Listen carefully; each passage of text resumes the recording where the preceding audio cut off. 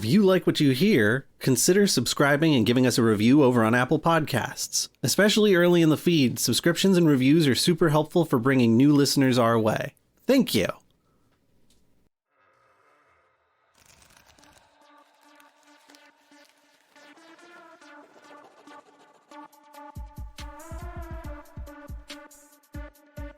Hello, everyone, and welcome to another episode of the Goblins and Growlers podcast. I'm Josh Maltby at Black Cloak DM on Twitter.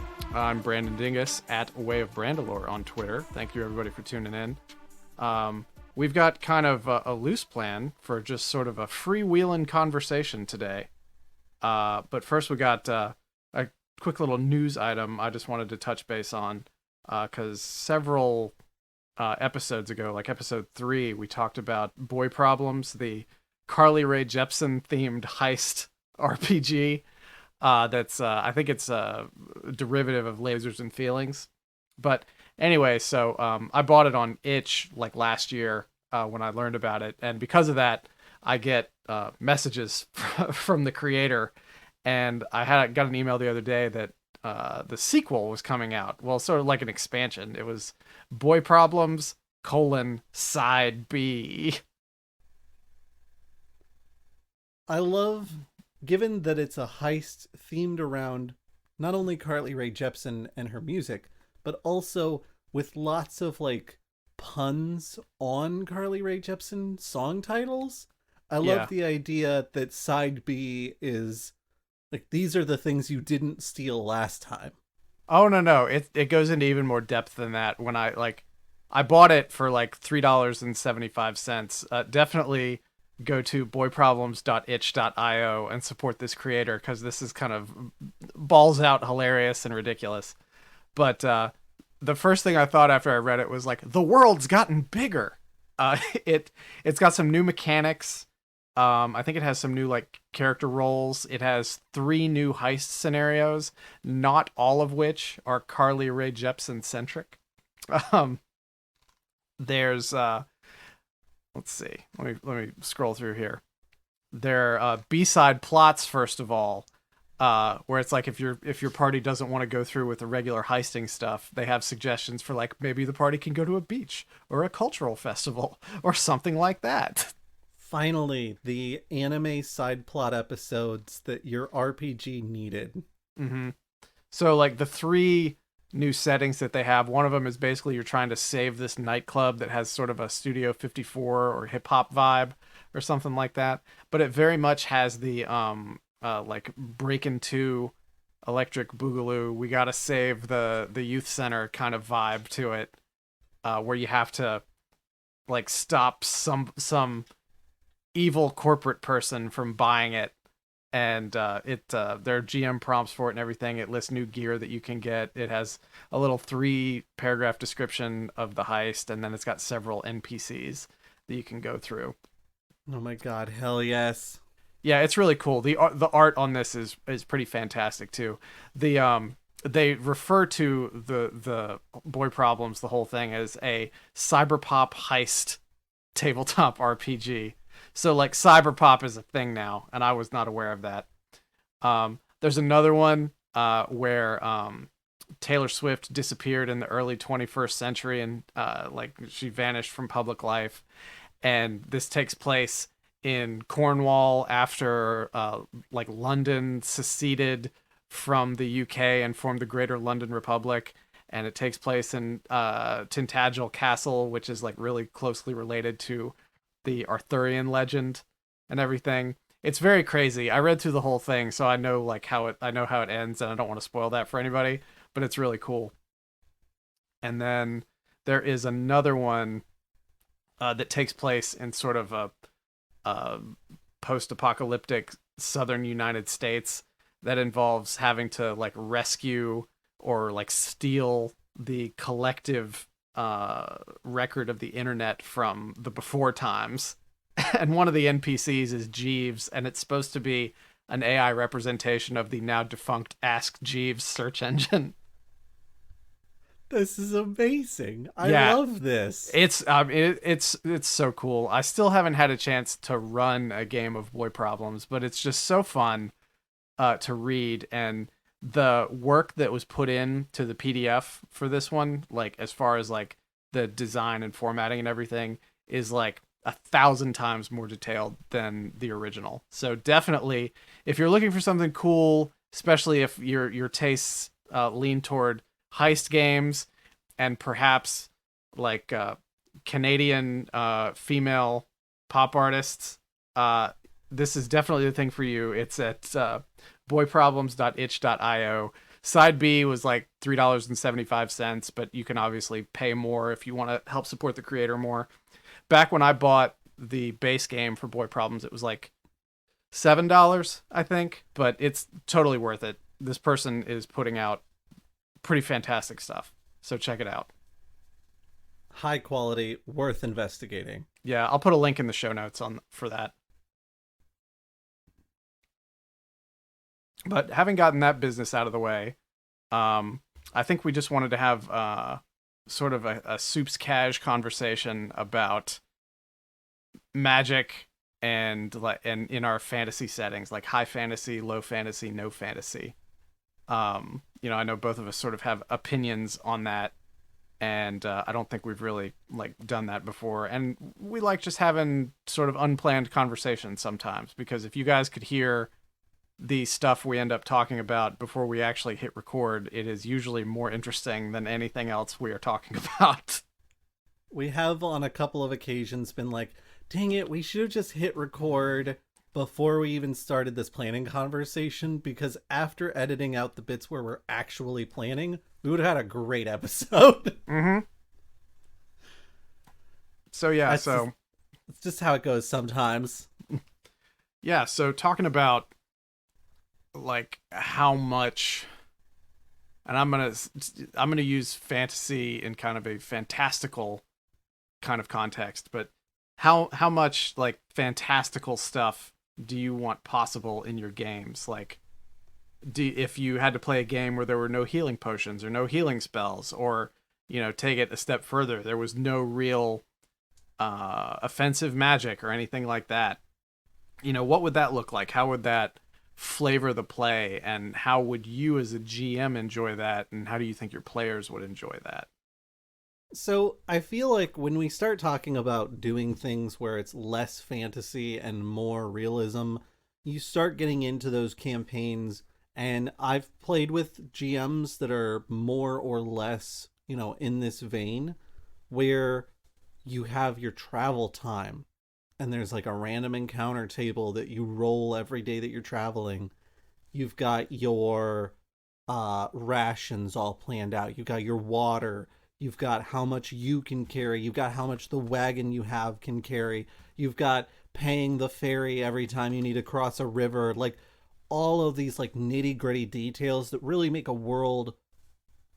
I don't know. It's like playing Lord of the Rings. Mm-hmm. I personally am not for it. The thing is, when it comes to playing something in a fantastical world and kind of exploring like, oh, these are like dreams I've had or ambitions or wouldn't it be cool if kind of deal, those are the things I'm way more interested in exploring and doing in that space. Mm-hmm. And so like the gritty realism of it, it just, I don't know, it's not my scene so much. But I mean, you're almost talking about two different things there, because you can have gritty realism but still have sort of a high magic, high fantasy kind of thing. Because I mean that's, you just said it. That's essentially what Lord of the Rings is. Like they dealt with the travel time and all that stuff over the course of the movies and the books and everything. They dealt with wounds and people dying and things like that. But I don't think anybody would say that Lord of the Rings was a gritty, realistic setting. Like the Fellowship was not like the Sharks, and they were going to Mordor to fight the Jets with switchblades. We're gonna get those greasy jets. I'm gonna shoot an arrow right into Smaug's weak spot. You're conflating your Tolkien stories. Well, So I think for me, I think they relate a little bit. Like Hmm. you can still have magic and have it be gritty realism. To me, that is actually a little bit less high fantasy. It is a little bit more like rooted. Because when I think high fantasy, I'm not just thinking like, oh, elves and dwarves and magic. I'm also thinking, oh, like fairies and like a hero's journey and, teleporting through space and time to reach your foe, like those sorts of things. So if you had to boil down your definition of high fantasy to maybe like one or two cogent sentences, what would it be? Rather than that bulleted list you just gave me. Oh, that's tricky. I think for me, high fantasy is defined as being so far beyond the scope of reality that you can't possibly confuse it with things that are real. Hmm. Okay, so really what you're making a distinction between is like high fantasy and maybe historical fantasy. Yeah, that sounds right. Okay. Yeah, because if we take all of the fantastic elements out of it, then it's just history. Right.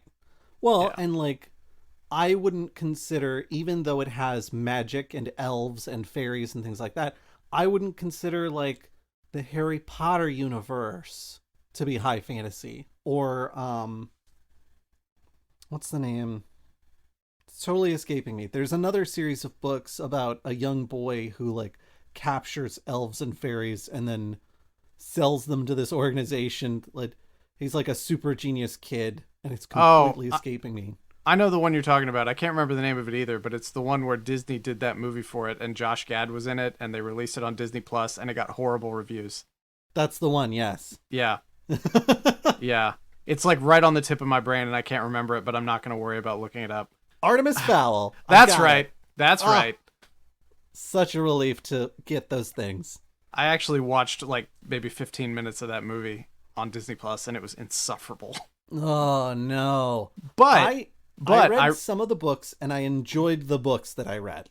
I think the problem was, from what I understood, is that the movie is 100% not reflective of the books. Like, they essentially had to change it to make the main character not an asshole, because his whole journey involves going from being an asshole to being like a really good guy. But they couldn't start the first movie with him being an asshole. I think they 100% could, but they were too afraid to do so. Well, yeah, I'm just talking from their perspective. But yeah, the only reason I know about this is because it got so many bad reviews that I'm like, I have to read a little bit about this to find out why this movie is so terrible.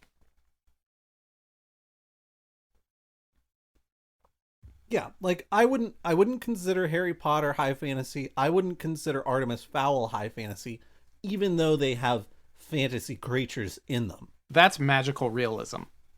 Yeah, Yeah, which is a whole genre unto itself. exactly.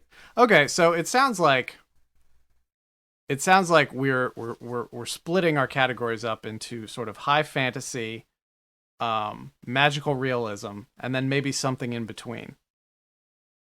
Okay. Well, I just got grilled for a few minutes about what I think about high fantasy. What do you think high fantasy is? High fantasy, I think, almost always involves a small person, and I don't mean like a halfling or something like that. I mean somebody who, within the greater scheme of the world around them, is relatively insignificant and sort of rising, sort of like the hero's journey, like you were talking about, to face some sort of supernatural foe and having supernatural adventures along the way. Um, I guess for me, my definition of high fantasy is like sort of, I guess, the common definition of like fae species, like elves and things like that, but also the common use of magic, which sort of runs against talking about Lord of the Rings as sort of a prototypical high fantasy adventure, because one of the things that Tolkien did really well was keeping the mystique of magic behind the curtain, because like the Astari are 100% magical creatures, because and like the veil is lifted if you read the Silmarillion, but as far as in the Hobbit and the Lord of the Rings trilogy, Gandalf I think uses magic like overtly maybe once or twice, and even like there's You Shall Not Pass, where he shatters the bridge and he and the Balrog fall for, age upon age and all that stuff. And then there's the time where he raises his staff. I think it's during the Battle of Pelennor Field, where he shines the light to blind the enemy. And those are the only two situations I can think of, like, immediately, where he was using just straight up magic. And I think, like, Saruman, too, wasn't it's like, if thinking about casting, like, sure, he used the Palantir, and he and Gandalf had their sort of like distance duel and everything, but there was no like, all right, I'm gonna cast Fireball, like nothing like that. And to me, that is definitely a required trope for high fantasy. So I would almost say Lord of the Rings exists in sort of a realm of like literary fantasy, which may be that might be just like an artificial construction for what it is, just because it doesn't necessarily fit into my preconceived notion of what high fantasy is. But I think it involves the elements I talked about, plus some sort of regular magic. Now, whether or not that magic is accessible to the common person through things like pay for play, clerics, resurrections, healing, things like that, healing potions, or being able to learn spells either because of your bloodline or because of years of study or something like that. I feel that is necessary for high fantasy. Now, magical realism, I guess, is sort of somewhere between literary fantasy and high fantasy. Or it's like an offshoot of one of them, because like Lord of the Rings isn't magical realism, unless you want to be like, well, technically, Middle Earth is actually Earth before it became round, which is kind of a silly retcon, but it's Lord of the Rings almost exists in its own thing, and we should set it aside as existing in its own thing, because it was the prototype, and everything else sort of like, in modern fantasy, everything sort of like flowed from that. So you almost can't categorize it. It's like comparing current English to oldie English. Yeah, kind of. Like, you can see influences, but there's no direct parallel. Yeah. Because even like the definition of a wizard is different. I think that's fair. I was based on maybe the prevalence of magic will change your answer, but when you started describing what you felt like high fantasy was, I was going to ask, do you think Star Wars A New Hope qualifies that? No, and I hate that argument. I hate, like, it's fantasy, but it's fantasy from like a tropey perspective. Like, it's, plenty of people say that Star Wars isn't science fiction, and there's like a really solid logical argument you can make for that. It's a space opera, which is kind of its own thing. It's a space opera with fantastical elements, but it's set in a space milieu, kind of like how the Baz Luhrmann Romeo and Juliet movie updated the story from medieval Verona to I think it was like Los Angeles or something in the 90s. I was in high school when that movie came out, so I don't remember. I was not 17, so I couldn't go to my theater to see it. So yeah, I mean, Star Wars, it's fantasy, but definitely in the most like lowercase f kind of way, because their magic is the Force, which would go on later to be described as something very scientific, for good or ill.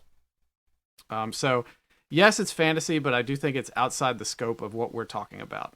Because like you could even say that a back to tank is like a fancy version of a healing spell or a healing potion or something like that. And when I'm talking about like a low fantasy, no fantasy setting, or at least low magic, no magic, like we're talking about fantasy, but we're talking about like degrees, I guess. Like I always go back to this game that came out in like 1992. It was called Darklands, and it's set in the Holy Roman Empire. And it's in like, I don't know, the 15th or 16th century or something like that. And the whole idea of the game is it's like you have to be a human. There are no character classes or anything. People just get experience for skills and things like that. You can go to like Denmark, Luxembourg, Switzerland, like all over the place. Like it's very, very, German. But the game doesn't really have anything in terms of like magic. You fight supernatural creatures and enemies and stuff like that, but you don't really cast spells. If I remember right, most of the healing is done from like tinctures and like potions, but not like a magical potion kind of thing. More like, liniments and home remedies, things like that, and like lots of rest to heal you. That kind of stuff appeals to me more from a storytelling perspective, because when you put magic in the hands of the protagonist, you are automatically, if not elevating them to the level of the more powerful foe, giving them a stepladder that allows them to start climbing to the level of the more powerful foe. And I think it's a more rewarding story if like the more they have to struggle to achieve victory. And I think magic sometimes levels the playing field too much. That's fair. When we talk about like low fantasy, low magic, no fantasy, no magic, I think for me, because of the way I define fantasy, I picture definitely like no healing spells, no resurrection spells. If you get wounded, you have to, rest. You have to rest for some time before that wound goes away. Or, if you got like a gash in your shoulder, then just like don't work that shoulder, like that sort of thing. Mm-hmm. And I do enjoy that setting, because, lots of books are set in kind of this like, yes, they have swords, and yes, there are things that are kind of on the edge of fantastic, like creatures that are beyond our own scope and understanding. Mm-hmm. But there's no like, nobody's throwing fireballs at each other. Anything like that seems like magic briefly, and then turns out like, oh, what they're doing is they're wadding up these old towels and filling them with a burnable liquid, lighting them on fire, and using a trebuchet to launch them at you. Like, their court wizard is actually just a really good engineer. And I get why it's appealing to have systems in your game that allow for stuff like faster recovery, greater offense, stuff like that, because like I've played some like OSR stuff, like I think I can't remember if it was like Osric specifically that I played, but it's one of the first edition clones that I played in a game of, and it was it was like playing Diablo basically, because you go into the dungeon, you fight in the dungeon for as long as you can, until you're probably going to die, then you have to leave the dungeon, go back to town, resupply, rest, and then go back and clear out more. And that can get really tedious. So having having more power to heal, more power to attack, and also just like different ways of doing it. So not everybody is like wielding a sword or something like that, or shooting a bow. That's definitely appealing. But I guess the broader point that I was trying to get to is like there's nothing wrong with that. I just kind of like things being a little bit more hard scrabble from a storytelling perspective. Cause like, I guess one thing I kind of think about like the abuse of magic and how it can be really stupid is like once you get up to like level 10 or something like that, you're like, oh, well, I'm casting this on you. Oh, but I'm going to cast counterspell. And then you're like, oh, but I'm going to counterspell your counterspell. I'm like, well, guess what? I've got another spell slot, and I'm going to counterspell the counterspell the counterspell. It's like the radar detector hole. Like, oh, I've got my radar detector, so the police won't be able to detect my radar detector unless they've got a radar detector. Yeah, how to say this? I think for me, when it comes to running a more hard Scrabble campaign, what I like is having a lower magic campaign where magic is still there. You can still do things like resurrect people and cure them of poisons and things like that, but your ability to use that magic is significantly reduced, and so you're more reliant on things like medicine and like binding of wounds and people not getting hurt in the first place. You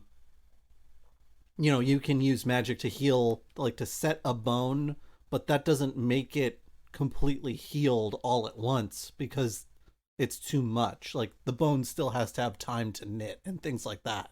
You said something that really caught my attention because it sort of crystallized some of my thinking. You're like, yeah, I mean, one of the strategies you can have is just try not to get hurt. And like, if you always have the safety net of some sort of like supernatural way of like making up for your bad decisions, then you're going to continue to make bad decisions, and I know some people get frustrated with like cautious players. It's like, well, I take 10 steps, I'm going to search for traps. I take 10 steps, I'm going to search for traps. Like, that's how you stay alive. Like, you don't have to push it to the nth degree like that. But if you are an actual real person underground in a dungeon or in a dark forest or something, you would probably be a little more cautious than your player is. And I'm not calling that good or bad role playing. I'm just saying it adds another dimension to it that forces you to sort of step outside yourself and think about what the consequences of those actions to your character are. Because like really, like you're already outside yourself because you're looking from an objective perspective at the character you're playing. So you should be thinking like, I've never been in a place like this before. I don't have a lot of experience with this kind of thing.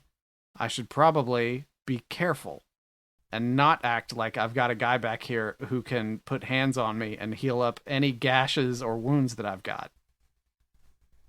I mean, I would make the argument that if you're worried about your player characters getting a little too confident and just walking directly into the mouth of danger because they know they can get healed, it sounds like you need more trapdoor traps in your dungeon that just open to chutes that drop them in pits full of snakes and things like that. That's Yeah. I guess over the course of this conversation, I'm realizing that sort of my play philosophy is struggle. Like I like writing and running low level games, like levels 1 to 4. Like a lot of people are like, oh, it doesn't really get interesting till you get to level 5 because then you get all your feats and you got more spell slots and all this stuff. I'm like, well, yeah, but like I think it's more interesting if like Joe Farmer has to pick up a sword and go try, like he's trying to learn how to be an adventurer while he's on the job. He's got some experience. He knows how to do some things, but not a whole lot. And he still can't afford to not be cautious because, at some point he's got to get back home to his wife, his kid, and, their cattle farm or whatever. I mean, I can dig that. There's a lot to be said for having a game world that is more challenging than the typical. And I think there's a lot of people that would agree with you that like 5e, for instance, is so hard to kill your players, player characters, I should say, especially once they get past level 5 probably is about the point where it starts to get like you can throw lots of stuff at them. But even if they get tagged by something that is too big for them to fight, odds are good they can get away. Yeah. Yeah, exactly. And I have made the argument before that, like, that's great because, the circumstances under which 5e came about is it was a rebirth of the franchise after a couple of very divisive editions. And, it was trying to bring new people into the game. And, from a wizard's perspective, trying to bring new people into the product. So they wanted, I think, the cookie of being able to get out of those kind of hairy situations a little bit easier than maybe you could have in 1979, if you were playing D&D. But on the flip side of that, it takes out a lot of the tension of the game if you're like, oh, you know what, like, yeah, there's 16 goblins there, and yeah, I'm only level 3, but like the worst case scenario is we just gotta cast Resurrection on me back at town. Like, we got all this stuff for that, that's fine. Yeah, exactly. And, cautious play, like I was saying. Yeah. Isn't that what Muhammad Ali's name used to be? Cautious play. No, I think that's perfectly reasonable, and I think I will agree that 5e definitely takes it far enough in that direction. I mean, I've had players that are literally like, they're a wizard and they're like, yeah, I'm going to run into the middle of the group. And I was like, okay, this is a terrible idea. And they go, yeah, and then I'm going to cast Fireball on myself. And I'm like, you're going to run in and self-immolate as your strategy? Like, that's your top strategy? Really? These wizards today with their D6 hit die, back in my day, you had a D4, and you felt lucky if you had 3 hit points at first level. I mean, yes. But those were also the days where the memes come from, where it's like, fighter runs in, takes 2 hits and goes, I need to fall back. Wizard on the back line, someone sneezes and goes, I have to fall back. Yeah. I never played any kind of magic user back then, just because like the rules were explained to me and how you barely had any hit points. I was like, no, thank you. I'll pass, thanks. As with all dumb arguments about tabletop role-playing games, there's no right or wrong answer about how you want to play. I like to look at a lot of things from like the lens of like storytelling and things like that. And I just think the more you have to struggle, or your characters have to struggle and not be able to fall back on, well, I got this knapsack full of like 1d6 plus 2 healing potions that I can chug. The more you have to think about those kind of things, husbanding your resources, because the people at that, this would not be like a world of excess. It would very much be it would not be a post-scarcity world. So you wouldn't be able to just run into a shop and buy a bunch of potions or spell scrolls or anything like that. Well, I've got actually kind of a fun idea, since you started mentioning a couple of things that, help create that element of tension where it's like there are limits to how much healing you can get and things like that. Let's give our audience a couple of ideas of how they could take a standard setting and dial back the magic or the availability of things so that they can ramp up the tension in their game world a little bit. And I will start. You mentioned knapsack full of healing potions, and one of my favorite game mechanic fixes for the classic, like, oh, well, the paladin will just heal me with lay on hands, the cleric can just spend a spell slot or 2, I can just drink a couple of these potions. Have it limited how much healing they can receive magically. And that's it. Like, you have to heal naturally some of the way. You can only heal up to like 1d6 or something like that, and then after that, you best take a nap. Is that what you're saying? I mean, basically, like it's you can only heal. I think in the system I played, it was up to half of your hit points magically. Over I believe it was a like 2-week period. So if you needed magical healing, then you better save that for when things are really dire. I think another way to handle that too is to treat magic more like wild magic, Just like magic is plucking at the strings of reality to manipulate it. Like, it shouldn't always work. Like, and bad stuff should happen more often. Like, paladin or the cleric, appeal to their god for healing. Maybe they did something, like maybe they slighted somebody and didn't know it, like earlier in the day. And they do not have the favor of their deity at that moment. So it's just, their prayers are just going to go unanswered until they atone. I've definitely seen that play out really well, and it makes for a really interesting story as well. Mm-hmm.